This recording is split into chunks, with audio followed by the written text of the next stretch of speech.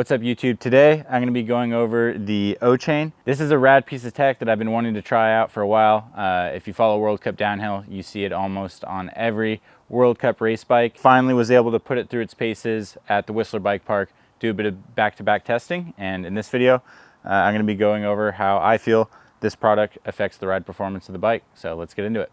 So if you're not familiar, the Ochain is a spider-based system that essentially takes up a bit of slack in between your crank and your chainring. So in the setting I have it, it takes up 9 degrees of float through a system that allows two plates to slide against each other and then hit on rubber stops. And the whole goal of that design is to mitigate the amount of feedback the chain has on the cranks, mainly due to pedal kickback. And as a flat pedal rider, that's something I'm pretty sensitive to. I've been riding flats full time for a couple of years now, and some bikes definitely are much harder to ride on flats than others, and then flats in general pose their own series of challenges, especially when it comes to riding rough stuff. So after riding for 3 days with the Ochain, I switched to my normal chainring, and initially I was actually surprised because I was expecting a bit more of a difference. And I think it's interesting because in like a single section or in the moment on the bike, it doesn't feel like that big of a difference. It's definitely noticeable. I feel like you could ride the same section just as fast on the Ochain as without the Ochain. It really just makes that same experience a little less hectic. And I think the main advantage is that it clears up mind space when you're riding the bike. Like the amount of pedal kickback I'm getting on this isn't unmanageable. I can deal with it, but it is an input I'm thinking about, and the Ochain dulls that feedback, so it's almost like completely out of consideration.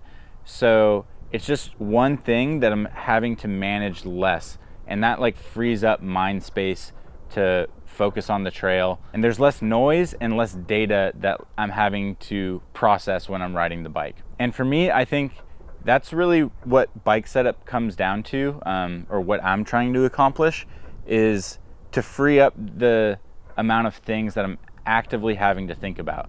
Like if my brakes, bite point is moving, that's something I'm having to like dedicate mental energy to. If my bike isn't balanced correctly and I'm having to consciously compensate and get over the front more than I would like, that's something I'm actively having to think about.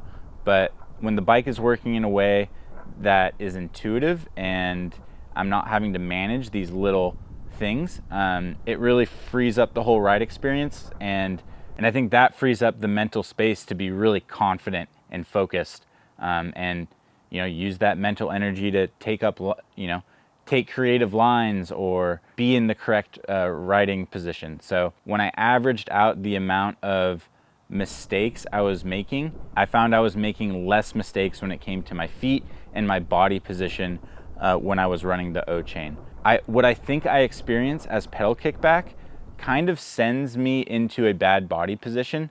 Like my feet kick and I kind of like bend at the knees and like arch my back a little bit, and I kind of like suck up into the bike as I think I'm like absorbing that impact. I think that's how my body responds to the pedal kick feeling. Maybe that's just the bike getting bucked, maybe that's just me holding a bad form as a rider, but I think that's what's going on. With the Ochain, I feel like I was able to hold a much more consistent and strong riding posture because I wasn't getting as much feedback from my feet, and I wasn't having to like manage that. Where I noticed pedal kickback the most was in heavy braking zones where it was really rough with medium to large size square edge hits, and that's where the bike wasn't recovering and we're hitting a stiff part of the travel at a really high velocity. And you can see it in the clips here.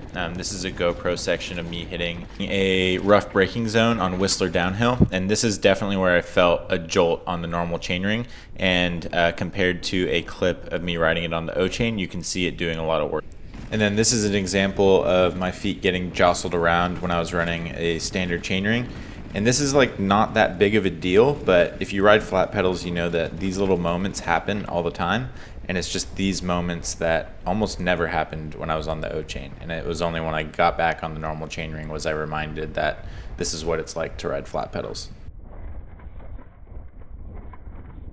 So overall, I really dig the product. There's not too many downsides as long as you're gravity focused. When it comes to pedaling, as long as I was in the right gear and I wasn't in too easy of a gear, when I got on the pedals and went to like sprint aggressively, I really didn't notice that 9-degree of float that much. It kind of blows through it really quick, and then you hit the stop hard and you're into your sprint. What was a little bit more annoying was in technical climbs when you're a little bit more matched to your wheel speed, and it just takes a little longer to get through that 9 degrees of play.